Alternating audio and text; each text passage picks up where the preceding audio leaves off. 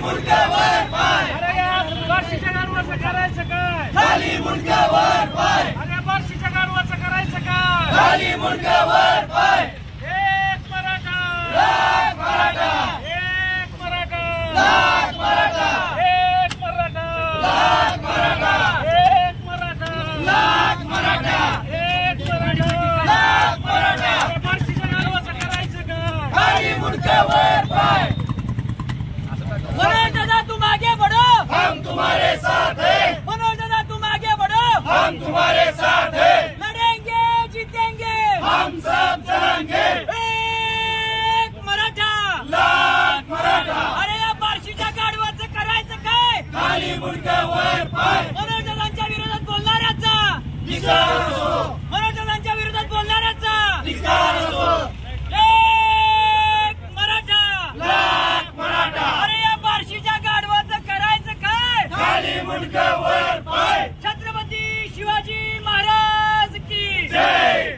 जय जिजाऊ जय शिवाय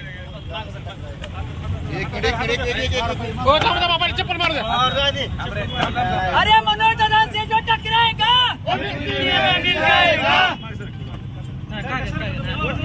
या बार्शीच्या गाडवाचं करायचं काय खाली मुंडकावर पाय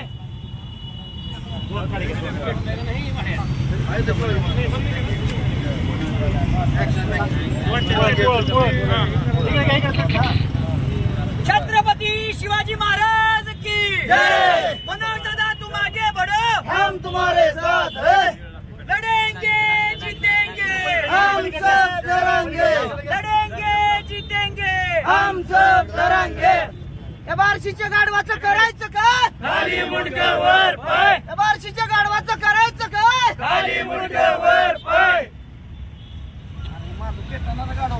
गाडव पेटत आहे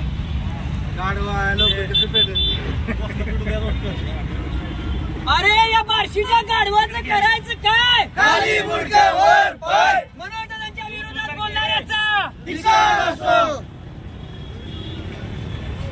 लड़ेंगे जीतेंगे हम सब चलेंगे लड़ेंगे जीतेंगे हम सब चलेंगे छत्रपती शिवाजी महाराज की जय छत्रपती संभाजी महाराज की जय एक मराठा लाख मराठा एक मराठा लाख मराठा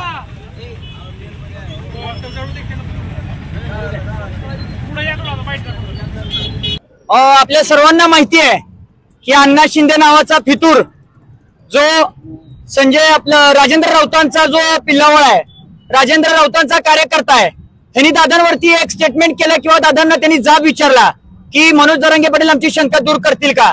पहिली गोष्ट मी सांगू इच्छितो की जरांगे पाटील हे पूर्ण समाजाच्या शंका ऑलरेडी त्यांनी दूर केलेल्या आहेत. त्यामुळे ह्या पिल्लावळनी कोणत्या तर त्यांच्या राजकीय फायद्यासाठी, राजेंद्र राऊतांच्या राजकीय फायद्यासाठी असे स्टेटमेंट करून मराठा समाजाची डोकी भडकू नये.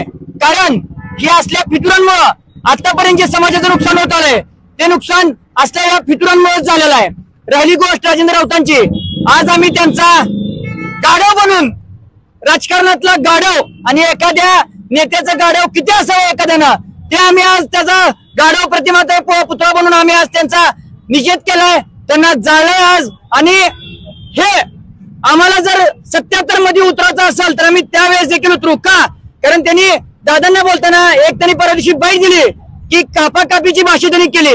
राजेंद्र राऊतांना मी खूप छोटा समर्थक आहे दादांचा, पण त्यांना मी आज या धाराशिव सगळ्या पत्रकार बांधवांच्या माध्यमातून सांगू इच्छितो की त्यांनी कापाकापीची भाषा करू नये.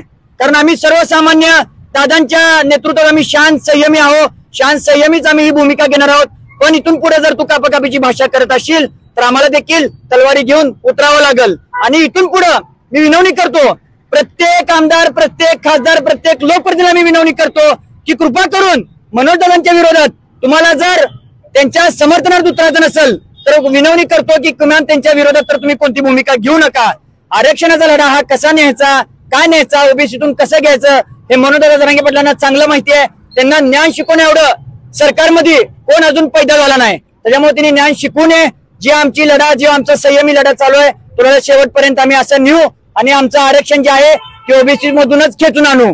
आणि सगळ्यांना अजून एकदा माझी विनवणी आहे, कळकळीची छत्रपतींच्या स्मारकाखाली मी थांबून मी अजून एकदा विनवणी करतोय की तुम्ही कृपा करून कोणीही मनोदादांबद्दल वाईट अपशब्द कृपया कोणत्याच आमदार खासदारांनी बोलू नये, नाहीतर इथून पुढे जशा तसं उत्तर देण्यात येईल. आज काय केलं? आज आम्ही अक्षरशः राजकारणातला गाढव त्याचं प्रतिमात्र पुतळा बनवून आम्ही त्याचा दहन केलं. आज राजेंद्र राऊत, आमदार राजेंद्र राऊत बार्शीचे, आमचा आणि त्यांचा दुश्मनी, आमच्या आणि त्यांचा वैर कोणता नाही, पण जो मनोदादांना विरोध करेल त्याचे हे हालत इथून पुढे होतील हे त्यांनी लक्षात घ्यावं. सकल मराठा समाज धाराशिवच्या वतीने आम्ही आज आंदोलन केलेलं आहे. या ठिकाणी बार्शीचा आमदार राजा राऊत सतत मनोज जरांगे पाटलावर काही ना काही अपशब्द बोलत आहे. त्याचा निषेध म्हणून आम्ही आज त्याचा गाढवाचा पुतळा करून त्याचं दहन केलंय. पण जर राजा राऊतनं जर या पुढील काळामध्ये जर तो थांबला नाही तर त्याचे परिणाम त्याला वाईट भोगावे लागतील. बलराज रणदिवे, मराठा सेवक. राऊतांचं वक्तव्य कशामुळे अशा प्रकारे नाही, तो जाणीवपूर्वक त्याची बुद्धी भ्रष्ट झाल्यासारखा बोलत आहे. त्याला माहिती आहे मराठा समाजाच्या काही मागण्या आहेत त्या, आणि आपला लढा हा 1 वर्षापासून नाही तर तब्बल 40 वर्षापासून चालू आहे. हे त्याला सर्व माहिती आहे. माहिती असून देखील तो मूर्खाची भूमिका घेत आहे. मध्यंतरी राऊतांनी मध्यस्थी करण्याचा प्रयत्न केला होता.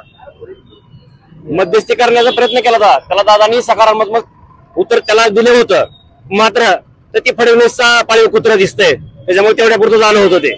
अचानक काय बी नसल्या नाही, मनोज दादाकडून त्यांना सकारात्मकच प्रतिसाद होता आजपर्यंत, पण त्यांना नेमकं काय झालेलं आहे त्यामध्ये आणखी समजलेलं नाही. बार्शीचा आमचा मराठा बांधव शंकर पाटील त्यांना काल फार अपहरण करून मारहाण करण्यात आली आहे. त्यांना जीवाला धोका आहे त्यांच्या.